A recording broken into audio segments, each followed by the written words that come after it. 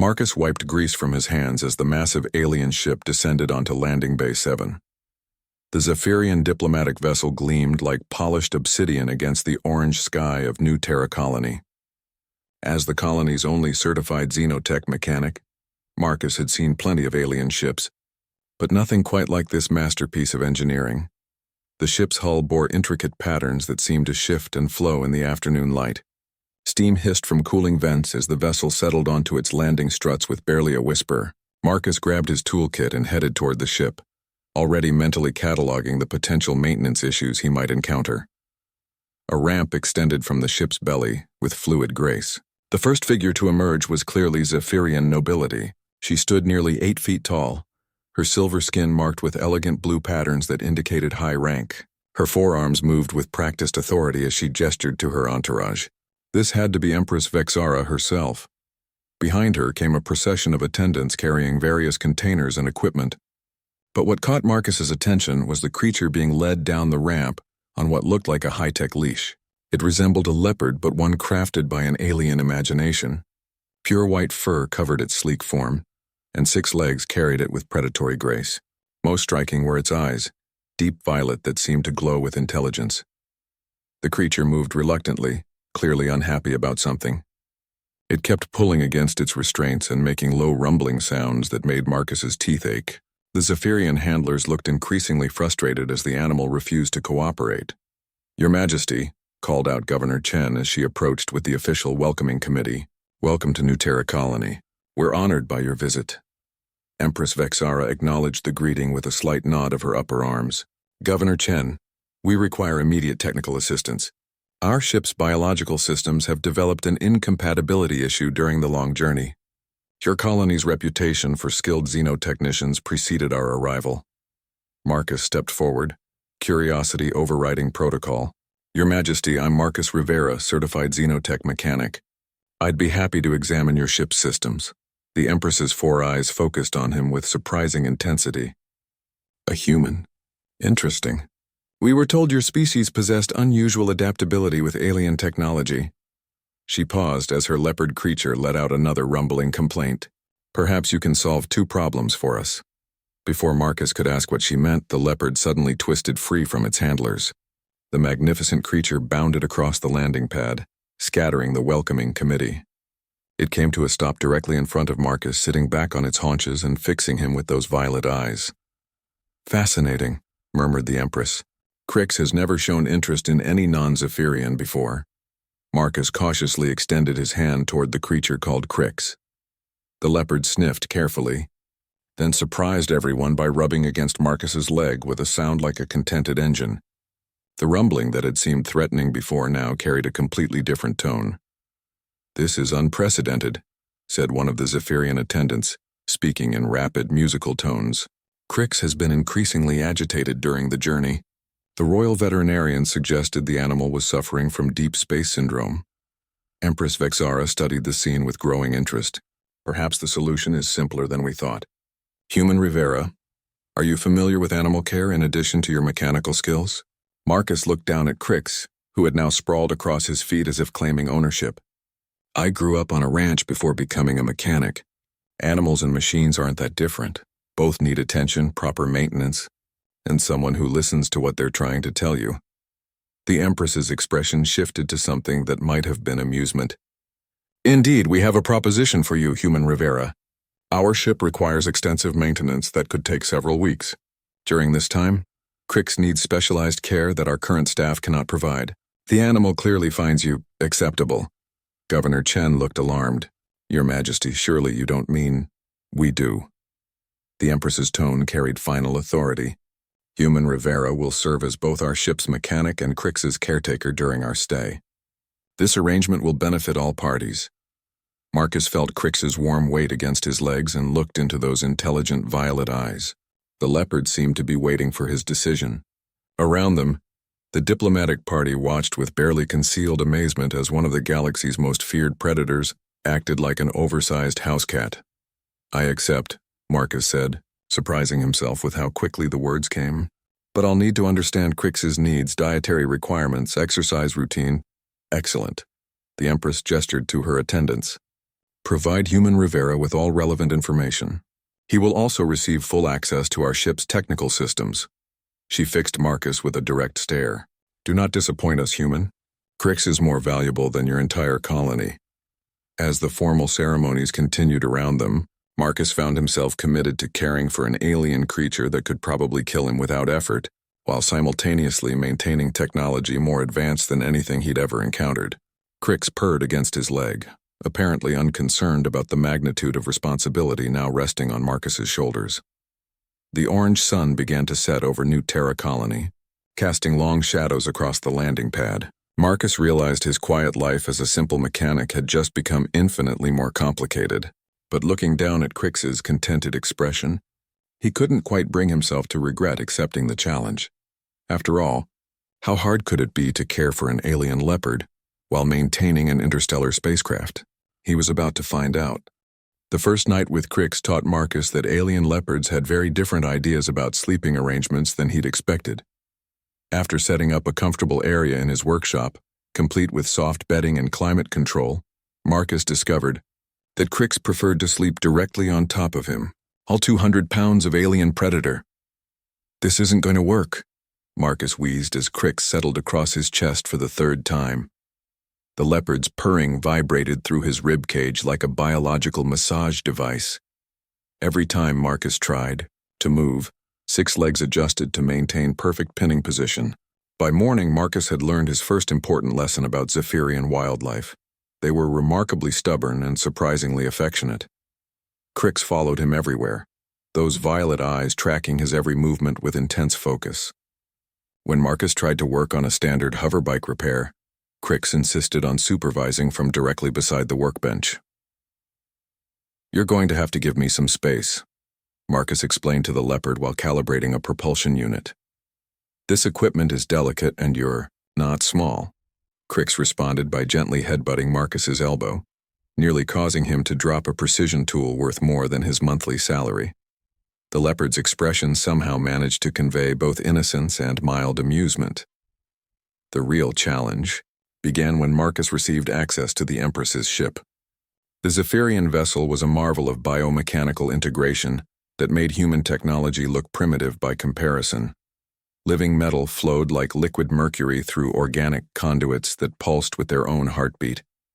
The ship wasn't just built, it was grown. The propulsion chamber requires daily nutrient cycling, explained Venari, the ship's primary attendant. Her blue skin patterns indicated technical expertise rather than nobility. The bioprocessors must maintain precise temperature and chemical balance, or the entire system enters dormancy. Marcus studied the readings on his portable scanner while Crix investigated every corner of the ship with obvious familiarity. What happens if the system goes dormant? The ship becomes a very expensive piece of decorative art, Venari replied dryly. Which is why we need someone with your particular skills. As Venari led them deeper into the ship, Marcus began to understand the scope of his challenge. The Zephyrian vessel didn't just use technology, it was a living ecosystem. Mechanical components grew and adapted like biological tissue. Computer systems learned and evolved through experience. And all of it required the kind of intuitive understanding that apparently came naturally to humans. Your species has an unusual relationship with both mechanical and biological systems, Venari observed as Marcus instinctively adjusted a nutrient flow valve that had been troubling the crew for days. Most civilizations excel at one or the other, but humans seem to bridge both naturally. Marcus didn't have a good answer for that. He'd always been able to feel what machines needed, the way some people could sense animal moods. Working with the Zephyrian ship felt like caring for a very large, very complex pet. Crix had no such philosophical concerns. The leopard sprawled across a bio-monitoring station, basking in the gentle warmth generated by the ship's living systems.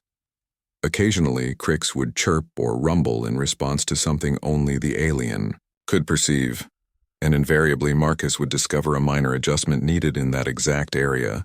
Is Crix actually helping with diagnostics? Marcus asked during their lunch break. Venari's expression grew thoughtful.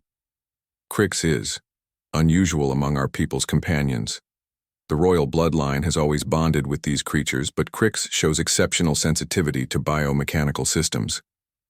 The Empress believes this is why Crix became so agitated during our journey. The ship's growing illness disturbed the animal's natural balance. That afternoon, Marcus made a breakthrough. While calibrating the ship's central processing core, he noticed Crix becoming increasingly restless. The leopard paced in tight circles, then sat directly beside a specific access panel while making urgent chirping sounds. Following Crix's lead, Marcus opened the panel to discover a critical component beginning to fail. The bio-neural processor was developing microscopic fractures that would have caused complete system failure within days. His standard equipment couldn't even detect the problem, but somehow Crix had sensed it. "How did you know?" Marcus asked the leopard while carefully replacing the damaged component. Crix simply purred and rubbed against his shoulder, apparently satisfied that the problem was resolved. Word of their success reached Empress Vexara quickly. She arrived in the ship's engineering section with her full retinue, 4 arms moving in complex patterns that Marcus was beginning to recognize as signs of either great pleasure or great anger. "Human Rivera," the Empress said. "Our ship's systems report the highest efficiency ratings achieved in over a standard year. How do you explain this rapid improvement?" Marcus gestured toward Crix, who was currently investigating a fascinating spot on the floor. "Your leopard is the real diagnostic expert. I just fix what Crix points out needs fixing." The Empress studied her pet with new interest. "Crix has always been sensitive to our technology, but never to this degree. What have you done differently?" "I listen," Marcus said simply. "Machines and animals both try to tell you what they need. Most people just don't pay attention to the right signals." For a long moment, the Empress regarded both human and leopard with those calculating 4 eyes. "Continue your work, Human Rivera. We are pleased with this arrangement." As the royal party departed, Venari lingered behind. "You should know," she said quietly. "The Empress has received 3 separate requests from other ship captains asking to borrow your services. Your reputation is spreading rapidly through our fleet." Marcus looked down at Crix, who had resumed the important work of napping on his feet. "I'm just a mechanic with an unusual assistant." "Perhaps," Venari smiled, an expression that looked surprisingly human despite her alien features. "But you may discover that being just a mechanic means something very different among the Zephyrians than it does among your own people." That evening, as Crix settled into the familiar routine of using Marcus as a bed, the human mechanic stared at the ceiling and wondered what exactly he'd gotten himself into. The ship repairs were going better than anyone had hoped, but he was beginning to suspect that his temporary assignment might become something much more permanent. The crisis began at dawn when Crix refused to eat. Marcus discovered the leopard sitting motionless beside the food dispensers, violet eyes fixed on something only the alien could perceive. Every attempt to coax Crix toward the carefully prepared meal met with gentle but firm rejection. "This is concerning," Venari admitted as she examined the untouched food. "Crix has never refused a meal during our entire journey. The animal's health is directly tied to the Empress's status among our people." Marcus crouched beside Crix, studying the leopard's body language. The animal wasn't sick. That much was obvious. Instead, Crix seemed alert and focused, like a hunting cat that had detected prey. But there was nothing in the ship's cargo bay except standard equipment and supplies. "Has anything changed in the ship's routine?" Marcus asked while running his hands through Crix's soft fur. The leopard leaned into his touch but continued staring at the far wall. "Nothing significant. We received a priority communication from the homeworld last night, but that's standard diplomatic protocol." Venari paused, her skin patterns shifting to indicate uncertainty, though the message did seem to agitate several crew members. Before Marcus could respond, Crix suddenly stood and padded toward the wall that had captured the animal's attention. The leopard began making low, urgent sounds while pawing at what appeared to be solid metal plating. Marcus approached cautiously, running his hands over the wall section. His fingers detected a slight vibration that didn't match the ship's normal harmonic patterns. "There's something behind here that shouldn't be." Using his portable scanner, Marcus discovered a hidden compartment that had been expertly concealed within the ship's biomechanical structure. The cavity was small but definitely artificial. carefully shielded from the ship's normal diagnostic systems. "This isn't part of the original ship design," Marcus told Venari as he worked to open the hidden panel. "Someone added this compartment after construction." Inside, they found a collection of data crystals and what looked like biological samples in stasis containers. The equipment was clearly Zephyrian, but carried none of the identifying marks that were standard on diplomatic vessels. Venari's skin patterns shifted to deep purple, an expression Marcus had learned indicated serious alarm. "These materials, they shouldn't exist on the Empress's ship. We must inform Her Majesty immediately." When Empress Vexara arrived, her forearms moved in rapid, agitated gestures that needed no translation. The discovery of unauthorized materials on her personal vessel was apparently a matter of grave significance among Zephyrian politics. "How did you detect this concealment?" the Empress demanded while her security detail secured the hidden materials. Marcus gestured toward Crix, who had resumed normal behavior, now that the hidden compartment was empty. Crix knew something was wrong. The leopard wouldn't eat until we found and removed whatever was bothering the animal. The Empress studied her pet with new respect. "Crix detected contraband that our ship's own security systems missed?" "Your ship's security looks for known threats," Marcus explained. "Crix just knows when something doesn't belong. It's like having a diagnostic system that can sense problems before they become critical failures." Over the following hours, the investigation revealed that someone had used the diplomatic mission to smuggle sensitive research materials off the Zephyrian homeworld. The biological samples contained genetic sequences that were apparently highly classified, while the data crystals held industrial secrets worth small fortunes. "This explains the sabotage attempts on our biomechanical systems," Venari reported to the Empress. "Someone wanted to delay our journey while they retrieved their contraband." Marcus felt pieces clicking together in his mind. The ship's problems weren't random failures. Someone was deliberately introducing system instabilities to create opportunities for accessing the hidden compartment. The Empress's expression grew coldly dangerous, and they would have succeeded if not for human Rivera and Crix detecting their concealment. By evening, Zephyrian security had identified the smuggling ring and made several arrests among the ship's crew. But the real revelation came when the Empress requested a private meeting with Marcus in her personal quarters. The imperial chambers were stunning in their alien beauty. Living walls pulsed with gentle bioluminescence while furniture grew directly from the floor in organic curves. Crix immediately made himself comfortable on what appeared to be the alien equivalent of a royal throne. "Human Rivera," the Empress began, "do you understand the significance of what you've accomplished?" Marcus shrugged, uncomfortable with the formal atmosphere. "We found some hidden contraband. It seemed like the right thing to do." "You prevented a diplomatic incident that could have destabilized relations between 3 star systems," the Empress corrected. "The stolen research belonged to our allies. Its theft would have been blamed on my government, potentially causing a trade war." She gestured to Crix, who was currently engaged in the important work of cleaning his paws. "More importantly, you've demonstrated something our scientists thought impossible. No off-world species has ever successfully bonded with a royal companion animal. Yet Crix responds to you as if you were Zephyrian nobility." Marcus looked at Crix, who chose that moment to chirp happily and roll over to expose his belly for scratching.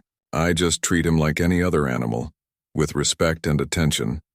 "Precisely." The Empress's 4 eyes focused on Marcus with startling intensity. "Which is why we have a proposition for you." Before Marcus could ask what she meant, the Empress activated a holographic display showing star charts and trade routes. The Zephyrian fleet consists of over 200 vessels, each with biomechanical systems similar to this ship. They require constant maintenance by specialists who understand both the technology and the biological components. Marcus studied the display with growing understanding. "You want me to work on other ships?" "We want you to establish a training program," the Empress corrected. "Teach others your methods of combining mechanical expertise with biological intuition. Your species appears to possess a natural aptitude for this integration that could revolutionize our maintenance protocols." The offer was staggering in its implications. Marcus would essentially become the chief engineer for an interstellar civilization, responsible for training mechanics across dozens of worlds. "And Crix?"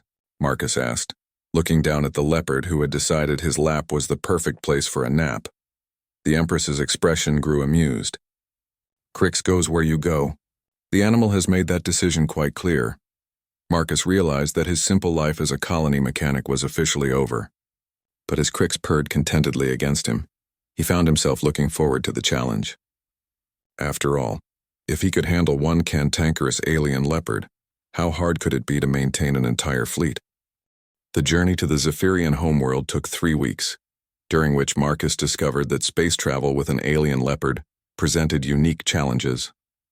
Crix had strong opinions about everything from the ship's artificial gravity settings to the quality of recycled air.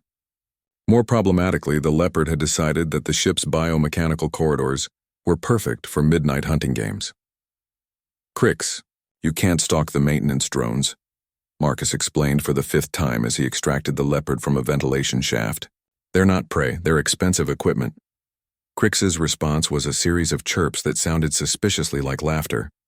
The leopard had quickly learned that Marcus was terrible at saying no to those violet eyes, especially when they projected such obvious amusement. The real education began when they reached the Zephyrian fleet's staging area near their homeworld.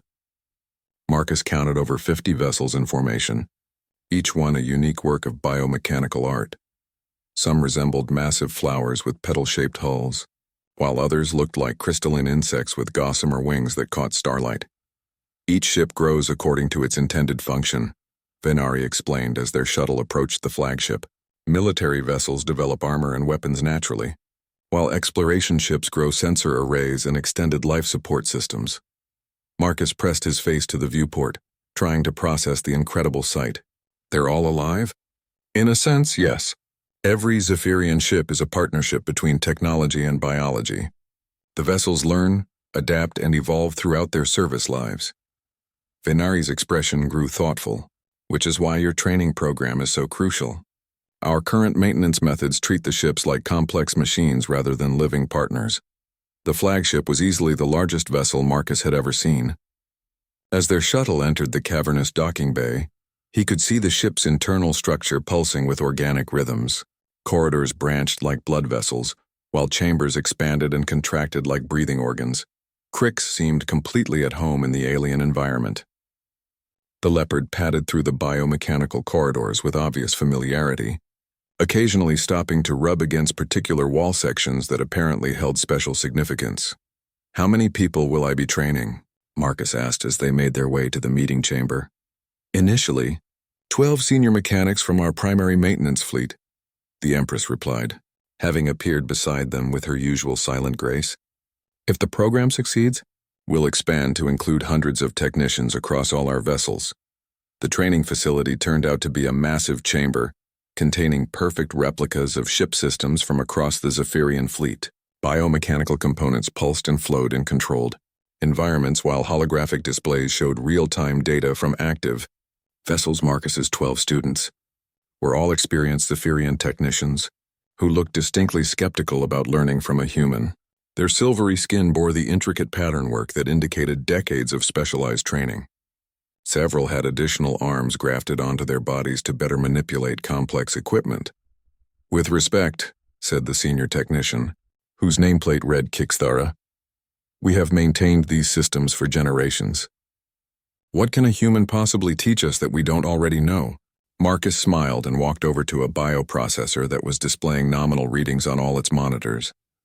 Crix followed, then sat down directly beside the unit and began making soft, concerned sounds. "According to your instruments, this system is operating perfectly," Marcus told the group. But Crix disagrees. "Who do you think is right?" Kixthara checked the readings again. "The bioprocessor shows optimal function across all parameters. Your animal is simply reacting to unfamiliar surroundings." Marcus opened an access panel and carefully examined the processor's internal components. Within minutes, he found what Crix had detected: a microscopic crack in one of the organic conduits that would have caused complete system failure within days. "Your instruments measure what the system is supposed to do," Marcus explained while repairing the damage. "But they don't always catch what the system is actually experiencing. Biological components can develop problems that don't show up on traditional diagnostics." The Zephyrian technicians gathered around the damaged component with obvious amazement. Their scanning equipment had completely missed the developing failure. "How did you detect this?" Kixthera asked, her tone much more respectful. I didn't. Crix did. Marcus gestured to the leopard, who was now investigating another system with obvious interest. Animals are incredibly sensitive to biological processes. They can detect chemical changes, vibration patterns, and electromagnetic fluctuations that machines miss. Over the following days, Marcus taught his students to pay attention to subtleties they'd been trained to ignore. Instead of relying purely on instrument readings, they learned to observe how biomechanical systems behaved when they were healthy versus when they were developing problems. Think of each ship as a living creature, Marcus explained during one session. Machines break in predictable ways, but biological systems get sick. They show symptoms before they fail completely. Crix proved to be an invaluable teaching assistant. The leopard could detect system problems with uncanny accuracy, then guide the technicians to the exact source of trouble. What amazed Marcus was how quickly the Zephyrians adapted to this new approach. Your species really does have an intuitive understanding of biological systems, Kixthera admitted after successfully diagnosing her third system failure using Crix's guidance. We've been so focused on the mechanical aspects that we forgot our ships are living entities. The breakthrough came during the second week when one of Marcus's students successfully detected a developing problem without Crix's help. The technician had learned to recognize the subtle signs that indicated biological stress in the ship's systems. The resonance frequency was slightly off, the student explained excitedly. Not enough to trigger diagnostic alerts, but enough to indicate the bioprocessor was working harder than normal. Marcus felt a surge of pride as he watched his students begin to truly understand the integrated nature of Zephyrian technology. They were learning to be partners with their ships rather than just maintenance technicians. The Empress visited the training facility regularly, observing the progress with obvious satisfaction. Your methods are producing remarkable results, she told Marcus after watching a student successfully repair a complex biomechanical coupling. Our ships are reporting efficiency improvements across the entire fleet. That evening, as Crix sprawled across his favorite sleeping spot on Marcus's chest, the human mechanic reflected on how dramatically his life had changed. A few months ago, he'd been fixing hoverbikes on a frontier colony. Now he was revolutionizing maintenance protocols for an interstellar civilization. What do you think, Crix? Marcus asked the leopard. Ready for whatever comes next? Crix's response was a contented purr that vibrated through Marcus's entire body. Whatever challenges lay ahead, they'd face them together. The emergency call came at 3 a.m, ship time. Marcus jerked awake to find Crix already alert. Violet eyes fixed on the communication panel as urgent messages flooded in from across the fleet. The leopard's agitated pacing told Marcus this was serious before he even read the first report. What's happening?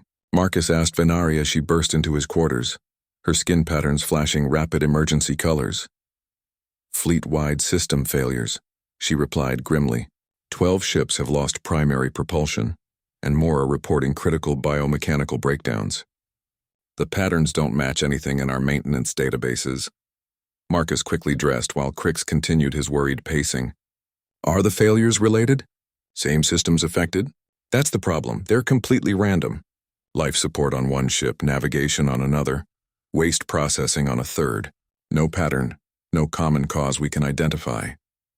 As they hurried through the flagship's corridors, Marcus noticed subtle changes in the ship's biomechanical systems. The usual steady pulse had become irregular, and the ambient lighting flickered with an unhealthy rhythm. Whatever was affecting the fleet was starting to impact their vessel too. The emergency command center was chaos. Holographic displays showed the positions of affected ships while technicians shouted updates in rapid Zephyrian. Empress Vexara stood at the center of it all, her forearms moving in complex gestures as she coordinated response efforts. Human Rivera, she called when she spotted Marcus. Your training program has prepared our mechanics well, but this crisis exceeds their current abilities. We need your direct intervention. Marcus studied the tactical display, trying to make sense of the scattered failure patterns. Have you identified any common factors? Similar maintenance schedules, shared supply sources, anything that connects the affected ships? Nothing obvious, replied the fleet's chief engineer. The failures began 18 hours ago and are spreading through our formation apparently at random. Crix had been unusually quiet during the briefing, but now the leopard began making urgent chirping sounds while staring intently at one of the holographic displays. Marcus followed Crix's gaze to a ship designated as the Harmony of Stars. "What about that vessel?" Marcus asked. "Any problems reported?" The chief engineer checked his records. "No, the Harmony shows all systems nominal. Why?" "Because Crix thinks something's wrong with it." Marcus had learned to trust the Leopard's instincts completely.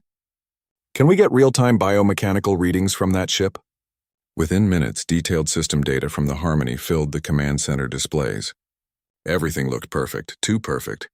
Marcus realized that every single reading was exactly at optimal levels, which was virtually impossible for a living biomechanical system. "These readings are false," Marcus announced. "No ship maintains perfect efficiency across all systems simultaneously. Something is masking the Harmony's true condition."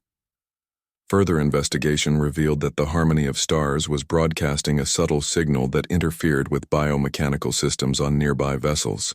The ship itself was completely dead, running on emergency power while projecting fake status reports. "It's like a virus," Marcus explained as they prepared an investigation team. "The Harmony got infected first, then spread the contamination to other ships through standard fleet communication protocols. The rescue mission to the Harmony required a specially shielded shuttle to avoid the interference signal. Marcus insisted on bringing Crix despite protests about the danger. The Leopard's ability to detect biological problems might be crucial for understanding what had gone wrong. The Harmony's docking bay was eerily quiet when they arrived. Emergency lighting cast strange shadows through corridors that should have been pulsing with life. The ship's biomechanical systems hung dormant, like a forest frozen in winter. "The entire biological network is in hibernation," Venari observed as they made their way toward the ship's central core. "But hibernation should be impossible while the ship is active." Crix padded ahead of the group, occasionally stopping to sniff at wall sections or equipment panels. The Leopard seemed to be following a trail that only alien senses could detect. They found the Harmony's crew in the central command chamber, all unconscious but alive. The ship's biomechanical systems had apparently put everyone into protective stasis when the crisis began. But what caught Marcus's attention was a piece of equipment that clearly didn't belong. "That's not Zephyrian technology," he told Venari while examining the foreign device. "Someone installed this system without authorization." The device was connected directly to the ship's biological network through what looked like organic conduits. But the integration was crude, like a surgical implant that the body was rejecting. "It's some kind of research apparatus," Venari realized as she studied the alien technology, "but the biomechanical interface is completely wrong. Whoever installed this didn't understand how our systems work." Marcus began to see the pattern. They were trying to study Zephyrian biomechanical technology, but their equipment wasn't compatible. The ship's biological systems went into emergency shutdown to protect themselves. Crix had been investigating the foreign device with obvious distaste. Now the Leopard sat back and made a series of urgent sounds that Marcus had learned meant, "This doesn't belong here and needs to be removed immediately." "Can we disconnect it safely?" Marcus asked. "Not without risking damage to the ship's entire biological network," Venari replied. "The foreign technology has integrated too deeply into our systems." Marcus studied the problem while Crix paced impatiently beside him. The foreign device was like a biological parasite that had attached itself to the ship's nervous system. Removing it surgically would cause massive trauma, but leaving it in place would eventually kill the host. Then Marcus had an idea that was either brilliant or completely insane. "What if we don't remove the device? What if we teach the ship's biological systems to reject it naturally?" Using techniques from his training program, Marcus began working with the ship's dormant biomechanical network. Instead of treating the foreign device as a piece of equipment to be removed, he encouraged the ship's biological systems to recognize it as an infection to be fought off. The process took several hours and required constant monitoring to prevent the ship from going too far and rejecting legitimate components. But gradually the Harmony's biological network began pushing back against the foreign technology. "It's working," Venari reported as the ship's system slowly came back online. "The biological components are isolating the foreign device and cutting off its connections to our networks." When the Harmony's crew finally woke up, they found their ship not only restored to full function, but actually improved. The biological network had learned to recognize and resist foreign interference, making it immune to similar attacks. We can use this technique on the other affected ships, Marcus explained to Empress Vexara as they returned to the flagship. Teach their biological systems to heal themselves rather than trying to fix them mechanically. The Empress studied Marcus with those calculating 4 eyes. Once again, your unconventional methods have solved a crisis our traditional approaches could not address. Over the following days, Marcus and his trained technicians visited each affected ship, helping their biological systems recover from the foreign interference. The process was faster each time as they refined the technique. You've essentially created an immune system for our fleet, Chixathera observed as they completed repairs on the final damaged vessel. Our ships can now recognize and resist technological threats automatically. That evening, as Crix settled into his usual position across Marcus's chest, the human mechanic reflected on how much they'd all learned. The crisis had forced everyone to think beyond traditional maintenance approaches and embrace truly integrated biomechanical partnerships. You know what this means, don't you? Marcus asked Crix while scratching behind the leopard's ears. We've just made ourselves indispensable to an entire interstellar civilization. Crix's purring response suggested the leopard was perfectly content with that arrangement. After all, being indispensable meant more interesting problems to solve, more ships to explore, and unlimited opportunities for midnight hunting games and biomechanical corridors. The Empress had already begun, discussing plans for expanding the training program to other fleets and allied civilizations. Marcus realized his simple life as a colony mechanic was becoming something much larger. He was helping to revolutionize how multiple species approach technology itself. But that was a challenge for tomorrow.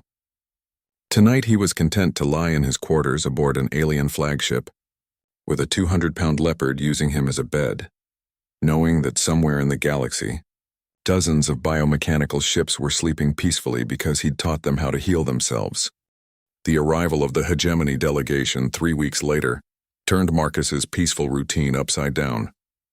The massive warships that emerged from hyperspace bore no resemblance to Zephyrian biomechanical vessels. Instead, they were brutal chunks of metal and ceramic armor that looked designed for one purpose: destruction. The hegemony has requested a demonstration of our new maintenance protocols, Empress Vexara explained during the emergency briefing. They claim our recent improvements violate several interstellar technology treaties. Marcus studied the tactical display showing the positioning of both fleets. The hegemony ships maintained perfect military formation, while broadcasting continuous scanning beams toward the Zephyrian vessels. What kind of treaties? Restrictions on self-modifying technology and autonomous biological systems, Venari replied grimly. The hegemony fears that ships capable of adapting and healing themselves could be weaponized. Crix had been unusually agitated since the hegemony's arrival, pacing restlessly and making low growling sounds whenever their ships appeared on displays. The leopard's instincts were clearly warning of danger, even though both fleets maintained diplomatic protocols. They want to see how our biomechanical integration works, the Empress continued. Specifically, they want to observe your training methods and examine Crix's role in our maintenance procedures. Marcus felt a chill of understanding. They're not here for a demonstration. They're here for intelligence gathering. The formal meeting took place aboard a neutral station positioned between the two fleets. Marcus had expected typical diplomatic proceedings, but the hegemony representatives were clearly military officers trying to look like bureaucrats. Admiral Thrace, the hegemony delegation leader, was a heavily augmented human whose mechanical implants covered half his face. His purely artificial eyes focused on Marcus with uncomfortable intensity. Engineer Rivera, Admiral Thrace began, your modifications to Zephyrian technology have attracted considerable attention throughout the galaxy. Some might say you've created weapons disguised as maintenance improvements. I've helped ships learn to repair themselves, Marcus replied carefully. That's hardly a military application, isn't it? The Admiral activated a holographic display showing combat scenarios. Self-repairing vessels that adapt to damage, biological systems that can resist technological interference. These capabilities would provide significant military advantages, Empress. Vexara's forearms moved in patterns that Marcus recognized as barely controlled anger. The hegemony seems determined to find threats where none exist.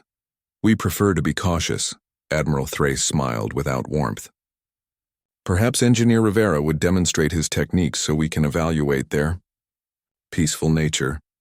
The demonstration was arranged aboard one of the Zephyrian ships with both delegations observing. Marcus felt like he was performing for judges who had already decided his guilt. Crix seemed to sense the tension and stayed close to Marcus's side throughout the procedure. As you can see, Marcus explained while working on a biomechanical coupling, the ship's biological systems learn to recognize problems and initiate repairs automatically. It's like teaching a body's immune system to fight off infections. Fascinating, Admiral Thrace observed. And this creature assists in the process? Marcus hesitated as Crix moved to investigate a different system component. The leopard's behavior was clearly making the hegemony observers nervous. Crix has exceptional sensitivity to biological processes. The leopard can detect problems before they become critical failures. A biological scanner that thinks for itself, the Admiral mused. Combined with self-repairing ships that adapt to circumstances, one might wonder what other applications these technologies might have. The real confrontation came later, during what was supposed to be a private meal between the delegations. Admiral Thrace cornered Marcus in the observation lounge while Crix dozed nearby. "Let me be direct, Rivera," the Admiral said. "The hegemony has concerns about your work. Biological technology that learns and adapts is inherently unpredictable. We've seen what happens when such systems exceed their original parameters." "You're talking about weapons," Marcus realized. "You think I'm developing some kind of biomechanical weapons system? I think you're a talented engineer who may not fully understand the implications of his work." Admiral Thrace gestured toward the window showing both fleets. "The hegemony maintains order through superior technology and disciplined application of force. Systems that adapt and think for themselves threaten that stability." Marcus felt Crix stirring beside him as the leopard sensed the rising tension. "So what do you want?" "Come work for us," the Admiral said bluntly. "The hegemony can provide unlimited resources and research facilities. You could develop your biomechanical integration techniques without the primitive limitations of Zephyrian technology." "And if I refuse?" Admiral Thrace's expression grew cold. "Then we'll be forced to conclude that your work represents a potential threat to galactic security. The hegemony takes such threats very seriously." Before Marcus could respond, Crix suddenly stood and began making urgent warning sounds. The leopard's violet eyes were fixed on the Admiral with obvious hostility, and the fur along Crix's spine was standing straight up. "Interesting," Admiral Thrace observed. "Your pet seems to have strong opinions about me." Marcus realized that Crix was reacting to something beyond just tension in the conversation. The leopard's behavior suggested the presence of something that didn't belong, the same way Crix had detected the hidden contraband weeks earlier. "What kind of implants do you have, Admiral?" Marcus asked casually. "Standard military augmentations. Enhanced sensors, tactical displays, communication arrays?" The Admiral's tone suggested the question was inappropriate, but Crix's continued agitation told Marcus there was more to it. The leopard was detecting something biological that shouldn't be present in purely mechanical augmentations. That evening, Marcus shared his suspicions with Empress Vexara and her security chief. Crix only reacts that way to biological contamination or incompatible technology integration. Either Admiral Thrace's implants aren't as standard as he claims, or he's carrying something that's actively harmful to biological systems. The investigation revealed that several hegemony officers carried experimental biomechanical viruses designed to corrupt Zephyrian ship systems. They had planned to introduce these viruses during the technology demonstration, then blame the resulting failures on the inherent instability of Marcus's modifications, an act of war disguised as a diplomatic mission, the Empress said grimly as her security forces prepared to confront the hegemony delegation. "They intended to sabotage our fleet and discredit your work simultaneously." The confrontation was swift and decisive. Faced with evidence of their sabotage attempt, the hegemony delegation had no choice but to withdraw. But not before Admiral Thrace delivered a final warning. "This isn't over, Rivera," he transmitted as the hegemony ships prepared to leave. "Your biomechanical integration threatens the stability of the entire galaxy. The hegemony will not allow such chaos to spread unchecked." As the enemy fleet disappeared into hyperspace, Marcus realized that his work had attracted the attention of forces much larger and more dangerous than he'd imagined. The galaxy apparently had strong opinions about humans who taught alien ships to think for themselves. "What happens now?" Marcus asked the Empress as they watched the tactical display clear. "Now we prepare," she replied. "Your techniques have given us capabilities the hegemony fears. That makes you valuable to us and dangerous to them. The question is, are you ready for what comes next?" Marcus looked down at Crix, who had resumed his normal relaxed demeanor, now that the immediate threat was gone.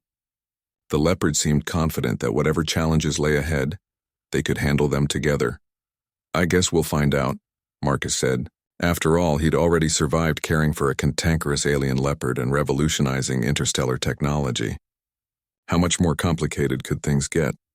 6 months after the hegemony incident, Marcus stood on the observation deck of the newly constructed research station Harmony, watching ships from dozens of different species arrive for the inaugural Biomechanical Integration Conference. What had started as a simple training program for Zephyrian mechanics had evolved into something that was reshaping galactic civilization. 17 different species have sent delegations, Venari reported as she joined him at the viewport. The Crystalline Confederacy, the hive minds, even the notoriously isolationist Voidwalkers. Everyone wants to learn your integration techniques. Marcus watched a massive crystalline ship dock with the station. Its hull was composed entirely of living crystal that grew and adapted in real time, making it a perfect candidate for biomechanical integration. "I never expected it to spread this far." Crix padded up beside them, now wearing a specially designed harness that marked him as an official station mascot. The leopard had adapted surprisingly well to his new celebrity status, though he still preferred sleeping on Marcus rather than in the luxurious quarters the station had provided. The past months had been a whirlwind of teaching, research, and discovery. Marcus's integration techniques had proven remarkably adaptable to alien technologies. The key was understanding that every species had its own relationship with both biological and mechanical systems. Humans just happened to be naturally good at bridging the gap between them. "The opening ceremony is about to begin," Venari reminded him. "The delegates are eager to meet the human who revolutionized maintenance protocols." The main conference hall was packed with beings that represented the full diversity of galactic civilization. Crystalline entities reflected light in prismatic patterns, while gaseous life forms floated in specialized containment suits.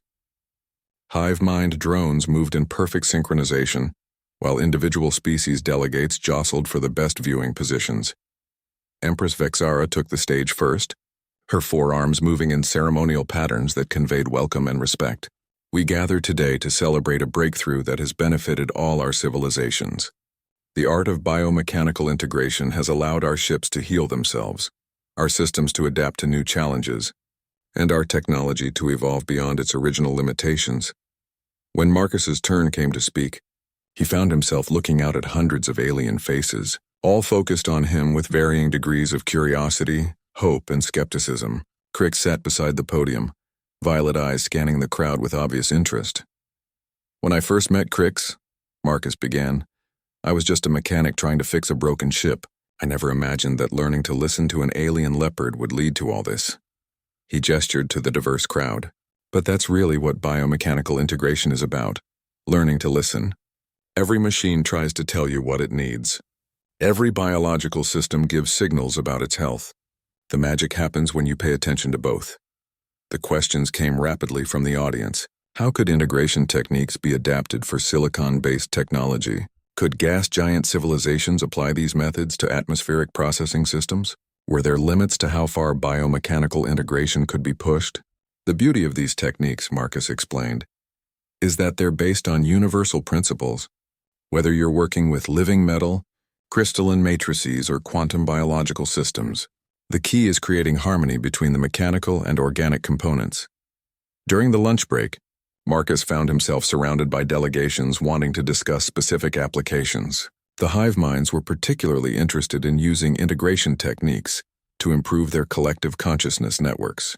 The Crystalline Confederacy wanted to explore how biological sensors could enhance their living crystal technologies. But the most surprising approach came from an unexpected source. A small delegation of modified humans approached Marcus with a proposal that made him distinctly uncomfortable. "Engineer Rivera," their leader announced, "we represent the Human Enhancement Coalition. We've been following your work with great interest." Marcus recognized the type immediately. humans who had embraced extensive technological modification to compete with alien civilizations. Their leader was more machine than man, with artificial components replacing most of his original biology. We believe your biomechanical integration techniques could revolutionize human augmentation, the enhanced human continued. Imagine if our implants could adapt and heal themselves the way Zephyrian ships do. That's not really what my work is about, Marcus replied carefully. I help machines and biological systems work together naturally, not replace one with the other. But surely you can see the applications, another coalition member pressed. Humans need technological enhancement to remain relevant in a galaxy full of superior alien species. Your techniques could give us the edge we need. Marcus felt Crick stirring beside him, the leopard's fur beginning to stand up in response to some perceived threat. I think humans already have the edge we need. We're naturally good at working with both biological and mechanical systems. That's why alien species are asking us to teach them integration techniques. Naive thinking, the coalition leader dismissed. Pure humans will become obsolete within a generation. Enhancement is the only path to survival. Before Marcus could respond, Crick stood and moved protectively between him and the coalition delegates. The leopard's violet eyes were fixed on the enhanced humans with obvious distrust, and low growling sounds indicated serious displeasure. Your pet seems hostile to human advancement, the coalition leader observed coldly. Crix is reacting to technological incompatibility, Marcus realized. Your modifications are fighting against your remaining biological systems instead of working with them. That's why he's upset. You're walking examples of failed integration. The coalition delegates left without further discussion, but Marcus knew the conversation wasn't over. His work had attracted attention from groups with very different ideas about how biomechanical integration should be used. The conference continued for 3 more days, with workshops, demonstrations, and collaborative sessions that produced dozens of breakthrough applications. Marcus watched with amazement as different species adapted his techniques to their unique technologies and biological systems. On the final evening, Empress Vexara hosted a celebration dinner for all the delegates. As Marcus looked around the hall at beings from across the galaxy working together and sharing knowledge, he realized how much everything had changed since that first day when Crix had refused to eat. Satisfied with what you've accomplished? The Empress asked as she joined Marcus at his table. It's beyond anything I could have imagined, Marcus admitted. 6 months ago I was fixing hoverbikes on a frontier colony. Now I'm apparently helping to reshape galactic civilization. And it's only the beginning, the Empress smiled. The Galactic Council has approved funding for integration research stations in 12 different sectors. Your techniques will spread to hundreds of worlds over the coming years. Crix chose that moment to climb onto Marcus's lap, purring contentedly as he settled in for his post-dinner nap. The leopard seemed completely unimpressed by talk of galactic importance and revolutionary breakthroughs. As far as Crix was concerned, the most important thing was that his favorite human was still available for proper sleeping arrangements. What about the hegemony? Marcus asked. Have they made any more moves against the integration program? They're too busy dealing with their own problems, the Empress replied with obvious satisfaction. It seems several of their member species have begun requesting integration training, despite official hegemony policy. Hard to maintain unity when your allies want to learn techniques that might make their ships more effective than yours. As the celebration continued around them, Marcus reflected on the strange path that had brought him here. A simple assignment to maintain an alien ship had become a mission to bridge the gap between biological and mechanical systems across the galaxy, and all because he'd learned to listen to what a cantankerous alien leopard was trying to tell him. Ready for whatever comes next? Marcus asked Crix quietly. The leopard's purr intensified and those violet eyes looked up at him with complete trust. Whatever challenges the future might bring, they'd face them together. One human mechanic and his alien partner, teaching the galaxy that the best solutions came from understanding rather than dominance. Outside the station's viewports, ships from dozens of worlds prepared to return home, carrying new knowledge and techniques that would revolutionize how they maintained and operated their vessels. Marcus realized that his simple life as a colony mechanic had evolved into something he'd never expected. He'd become a bridge between species, helping civilizations learn to work together instead of simply competing. And it all started with learning to care for one very opinionated alien leopard who had decided that Marcus Rivera was worth keeping around. Not a bad legacy for a mechanic who had just wanted to fix things and keep them running smoothly.